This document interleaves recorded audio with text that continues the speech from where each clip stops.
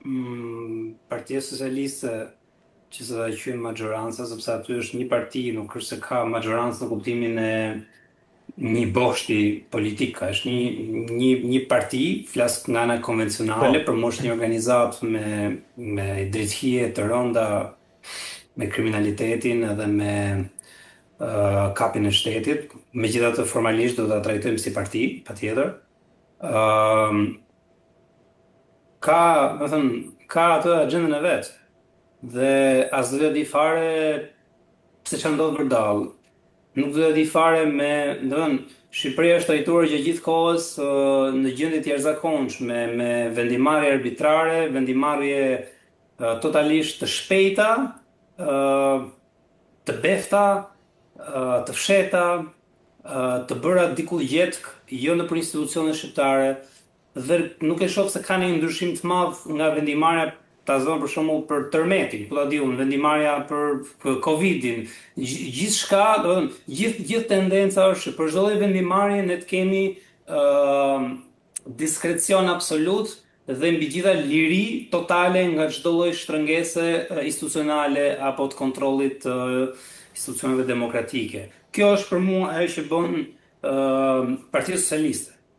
Se s'do thoja mazhorancë kuptimi, po është sigurisht mazhorancë me numra, po është një parti, është një organizatë.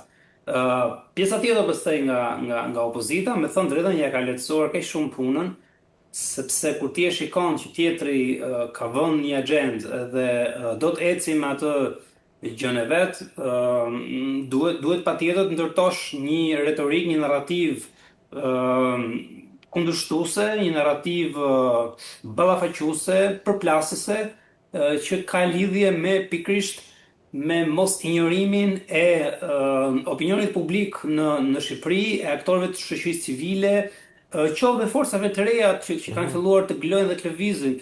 Pra, dhe këtë rol normalisht do ta lunte partia më e madhe opozitare, nëse duam ta quajmë të tillë, patjetër. Unë kam dyshimet e mia, po dhe ajo nuk e luan këtë rol, po dëgjosh çfarë bën Partia Demokratike është me Gonigali,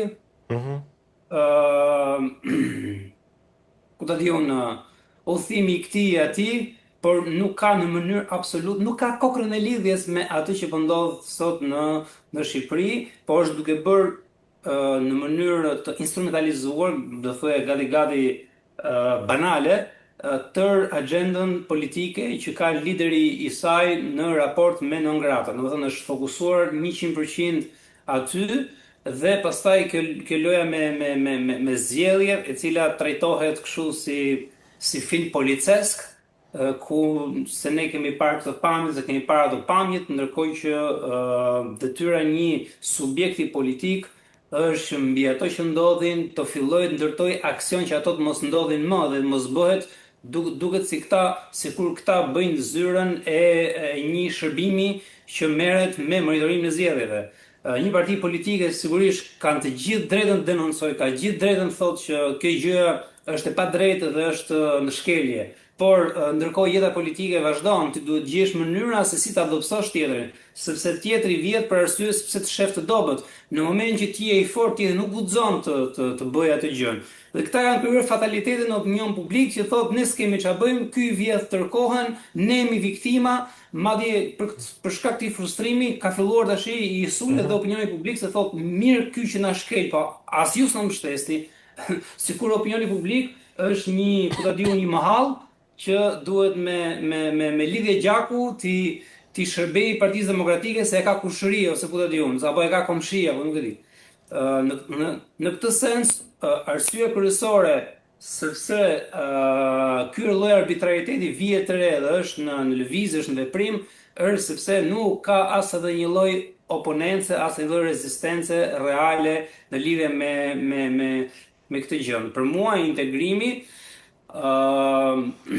është totalisht një akt do thoya propagandistik. Po thua për integrimin në Bashkimin Evropian? Po, shiko, para se të shkoj te integrimi, se do ta trajtojmë atë, dua të ngelem pak te ky frustrimi i opozitës. A mendojnë që gjatë këtij mandati opozitarizmi, jo vetëm Partia Demokratike, po edhe më gjerë se aq, do të jetë më i frustruar për shkak të asaj që unë thash në fillim, për shkak të arrogancës së numrave të majorancës, se po e shifja pak edhe ligjërimin e majorancës dje në kuvende dukeshin të relaksuar totalisht, pra duket sikur nuk i hyn më asnjë gjemb në këmbë dhe çfarë do lloj vendimi që do ta marrin lehtësisht. Kjo do të prodhoj një farë frustrimi të opozitarizmit të gjithë faktorëve opozitar, apo do të ketë një rrugdalje në opozitarizëm, po them. Në që se ti mon këtë bëm pyetje, dhe unë të përgjigjem si kam kaluar pushimet në Shëngjin. Do me thënë, përka shumë është kjo lloj gjëje që po ndodh. Është kjo lloj gjëje që po ndodh, që aktualiteti kërkon një gjë, jeta politike kërkon një gjë, ndërkohë që ata bëjnë një gjë tjetër. Pse? Se janë në hall, kanë gjërat e tyre dhe po funksionojnë për mendimin tim totalisht në interes të ngushtë për interesat e një personi, një lideri, i cili ka problemet e veta me ndërkombëtarët dhe është fokusuar gjithçka aty. Gjithçka aty ka viktimizim, ka fatalizëm, ka gjithmonë një justifikim dhe kjo për mendimin tim nuk mund të bëjë gjë tjetër veçse ta bllokojë jetën opozitare, po sigurisht jo për gjithmonë. Sepse me këtë lloj në këtë lloj jete opozitare, unë di ta them një gjë me siguri. Ndoshta Rama nuk do ketë goditje të forta për një kohë të shkurtër, ndoshta mund ta ketë deri diku të sigurt, por dim vetëm një gjë që nga ana opozitës, kjo lloj opozite nuk mund të vazhdojë përjetësisht. Pra, nëse pushteti ka mekanizme në dorë për të mbajtur numra dhe për të mbajtur pushtet, nga ana tjetër opozita është në tretje të përditshme, dhe gjithsesi atje do ketë zhvillime, por që janë zhvillime të cilat do impaktojnë edhe Partinë Socialiste. Sepse në momentin që ndryshon opozita që ke përballë dhe lëviz apo ka diçka, ka një ngjarje, ka një ndrim, ka një lloj zgjimi të opozitarizmit në Shqipëri, që mund të vijë nga subjekte të reja, që mund të vijë nga një transformim i beftë edhe brenda Partisë Demokratike, nuk e di. Por di vetëm që kështu opozitarizmi nuk mund të vazhdojë kështu. Majoranca dhe Partia Socialiste mund të vazhdojë kështu, po opozitarizmi jo. Pra, nuk është se gjendja nuk ndryshon fare, por ndryshon me ngadalë, ndryshon nga pak, ndryshon në kohë dhe nuk ka të ndryshime që ne presim, por gjithsesi lëviz. Edhe mos mendoj njëri që gjërat nuk lëvizin. Sigurisht që po lëvizin dhe fakti që ne kemi parti të reja që kanë hyrë në parlament, mund të duket kështu si Barcalet, thuash ose një deputet, dy deputet, që po ne nuk i kemi pas përpara. Ne kemi pas parti të cilat ishin extension, ndjes për shprehjen anglisht, do zgjatime të partive të mëdha, po s'kan qenë ndonjëherë parti të cilat gjithsesi përpiqen të sjellin një lloj dinamike të re, që se do e quajmë. Qartë. Për të kaluar te çështja e dytë e integrimi, përtej të gjitha teknikaliteteve të cilat nuk e di se sa relevante janë, edhe këtë e them me shumë sinqeritet, nëse do të dëgjonim dje fjalimin e kryeministrit në Bruksel, ai është edhe sot, ka takuar shefin e NATO-s, Mark Rutte, po nëse do të dëgjonim dje fjalimin e kryeministrit, ishte vërtet një fjalim prej triumfatori. Në limitet e batutave që ai patjetër i ka të zakonshme në ligjërimin e tij dhe mitit. Tani, përtej kësaj ti the që integrimi është një farë propagande, po ka mundësi që kjo të ndodhë në vitin 2027. Është vërtet propagandë, si e gjykon? Shiko, nëse nesër bëjnë zgjedhje dhe në Gjermani ta zënë fiton partia e ekstremit djathtë, AfD. AfD-ja, po. Ti mendon që ky proces do eci kaq kollaj? Ta zënë në Parlamentin Evropian ndryshon pesha e ngjyrave politike, nuancave politike atje. Mendon se ky proces do eci kështu siç e nxjerrin televizor këta, edhe ka aq shumë faktorë dhe aq shumë variabla, të cilat nuk janë fare në ndikimin e budalliqeve që thot kryeministri nëpër konferenca për shtyp, sa çfarë them unë, ku do të për të marrë një krahasim. Se duket tani sikur kemi tendencën që themi jo, po themi një kritik për çdo gjë. Po ka ndikë çik pozicionet e Bashkimit Evropian për në lidhje me Ukrainën. Sigurisht ka vendimarrje të fuqishme ka me vërtet akte kurajoze, por në fund fare ata të cilët po vendosin për luftën në Ukrainë, Bashkimi Evropian është i fundit në radhë. Dhe po flas për Bashkimin Evropian, nuk po flas për një shtet. Qartë. Dhe po të dëgjosh konferencat, unë e ndjek me shumë ëndje dhe me shumë tension atë që po ndodh në Ukrainë për një mirë arsye, për së shkëlqyndi. Dhe ajo që unë shoh është që këta mblidhen 3 herë në javë, 4 herë në javë për Ukrainën, po nuk kanë qendor, më kupton? Dhe fakti që bëhen këto gjithë këto konferenca, gjithë këto akte, gjithë ato, këtu kemi të bëjmë më shumë me komunikim publik. Nuk kemi të bëjmë me dojmos me arritje konkrete. Se me sa parë shumë nga ato kapituj që janë hap 4, por nuk është mbyll asnjë duke s'kishte asnjë me jeshile. Me çka kam parë. Pra ti akoma nuk e mbyll një kapitull, më duket deri në fund. Mos gabojmë. Ndërkohë që është thënë që do të hapen të gjithë brenda aktivitit, paktën kështu ka thënë ajo zonja Marta Kos, që është edhe këtu. Po patjetër, edhe Turqia i ka hapur negociatën me partinë me Bashkimin Evropian një nga 80 e caja, do i di 83, nuk e di tash, se hyri Greqia me Kiprin. Po. Mos gabojmë tani se nuk i di, ka diku të 40 vite që është.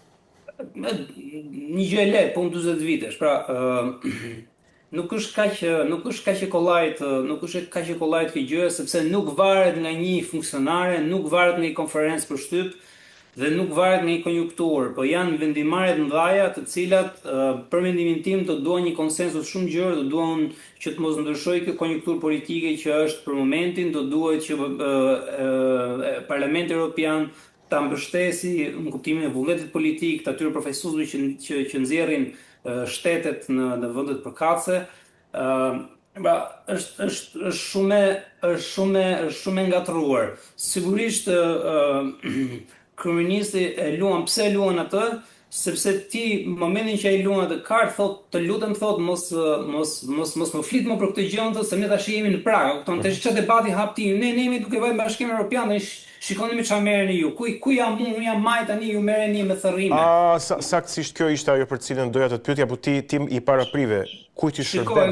Kujt i shërben? Edhe kullat që po bëhen nëpërmjet korporatës investimeve justifikohen me idenë që ne duhet të kemi ndërtesa serioze për një administratë serioze e cila do të jetë, po them unë, e gatshme për t'u përgjigjur kërkesave që ka Shqipëria në Bashkimin Evropian. Dakor? Edhe këto justifikohen me të. Shikoj çfarë propagandë është kjo. Kjo dhe kullat justifikon. Çdo gjë justifikon. Madje po ta mbash të agjendën. Edhe kodi penal, Kodi i ri penal që është kaq problematik, që është diskutuar kaq shumë. Patjetër ajo duhet parë, sepse ajo, domethënë, do ketë po them një farë pushteti edhe BE aty, nuk e di sa, po do ta ketë një farë zëri, një farë influencë. Por shikoj çfarë ndodhi me zgjedhjet. Gjyen në këtë kuadër të integrimit, jo në kuadër të takimeve, 2 ditë mbas zgjedhjeve u bë samiti. Pa bëhet samiti 2 ditë mbas zgjedhjeve?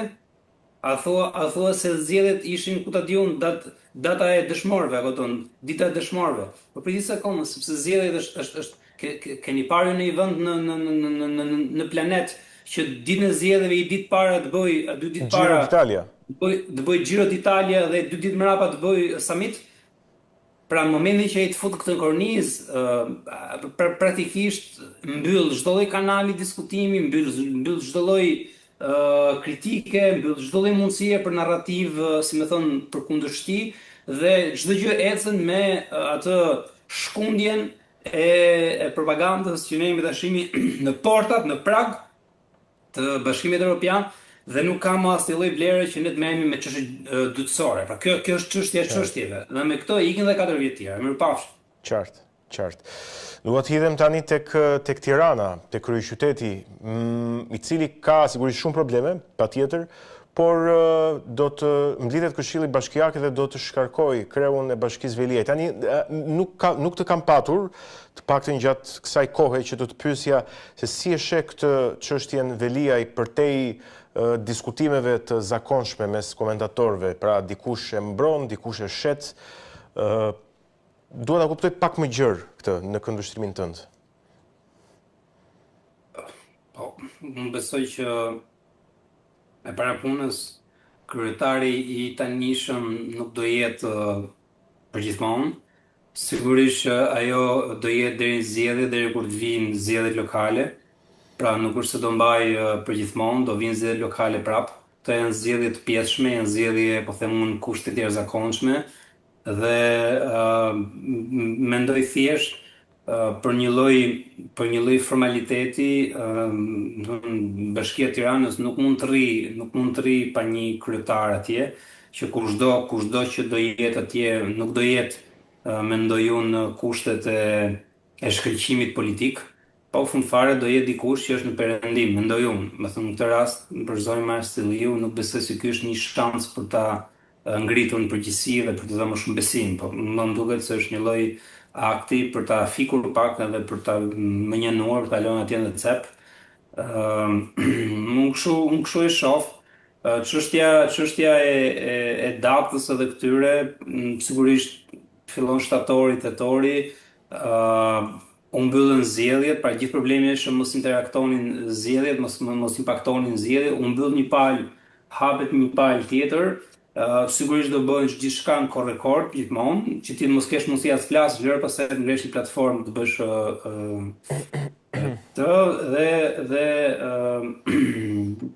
dhe në fakt ai institucion do jetë po një lloj kalbur, sepse ai institucion nuk është të reformuar, është në traum të plot, sepse unë e di shumë mirë edhe një njerëz që punojnë atje, është në traum të plot, nuk di ku rrotullohet.